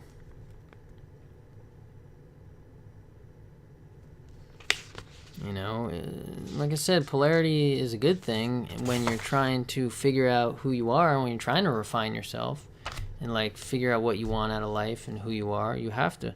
And what about computer language in ones and zeros? It's coded in ones and zeros, right? It's yes and no. Okay? That's polarity. That's duality. Inner world or outer world, city of man or city of God, right? These I've come up with. These are the things I came up with when I was coming out of depression. Are you going to choose the inner world or are you going to choose the outer world? Are you going to choose the city of man or the city of God? Are you going to be an ego or are you going to be a soul? Are you going to choose entertainment or are you going to choose education? Are you going to choose to just live for entertainment or are you going to educate yourself? Right? These are the choices. These are the dualities. Are you going to, what about the sun versus the moon, and the zodiac? Are you going to choose to be an animal or an angel? Like I said, are you going to choose spirit or are you going to choose the senses? Right? Are you going to choose to be the creative class or the accepting class? Are you going to accept the way things are? Or are you going to create your own reality, create the job you want, create the life you want? Or are you just going to accept how things are? Okay? Are you going to choose happiness or pleasure?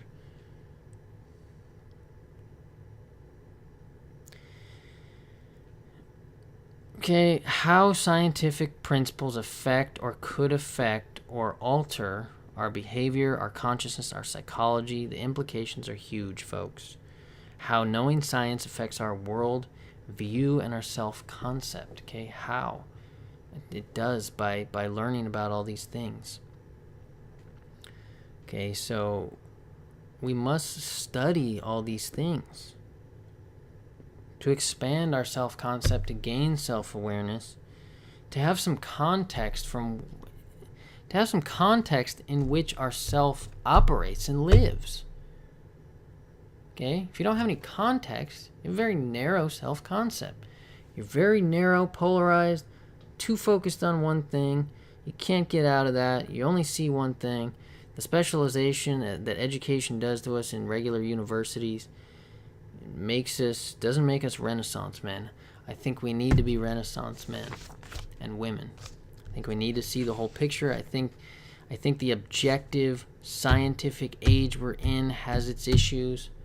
The reductionist age we're in that reduces things down to one thing has its problems. Okay? Yes, division is important for certain things. But if you're talking about biology, so cell division, right? With cell division, you need growth. Okay, without cell division, mitosis, you can't have growth, right? You need to divide in order to grow, but then at some point you need to come back to the middle too. You need to see both sides. So cell division is growth, right? But excessive cell division is cancer. Okay? Excessive positivity or excessive negativity, extreme restriction or extreme indulging, extremely rigid mindsets about certain things, like, no, the only way to God is through Jesus, through Christ. The only way to God is through Allah. The only way to whatever. Okay? Think about the multiplicity. Think about Michael Keaton. Think about those kiwis, the polar birds. Think about KFC. Okay? Multiple poles, evolution of Earth's magnetic field. I hope you guys got something out of it. That's about all I got. I hope I ended it well there. And This has been Collin Chi, Certified Nutritional Consultant, Numerologer. Hope you enjoyed it.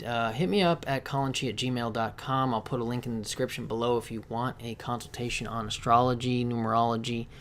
But my specialties really are numerology and nutrition more than anything. Check out my nutrition videos. Like and subscribe. Make sure you subscribe if you want to see more of these videos, because then you'll get an update each time I post a video, or my buddy James here posts a video. You'll get an update if you subscribe. So, hope you enjoyed it. Collin Chi, as always, rise. But go down also. Go left, go right, go that way, multiple poles, every direction, chaos, explosion, expansion, come back to the center, contraction, and then supernova, and just blow minds. And hopefully this talk has. And anyway, of course, I have to still end it with Collin Chi, Certified Nutritional Consultant. As always, rise.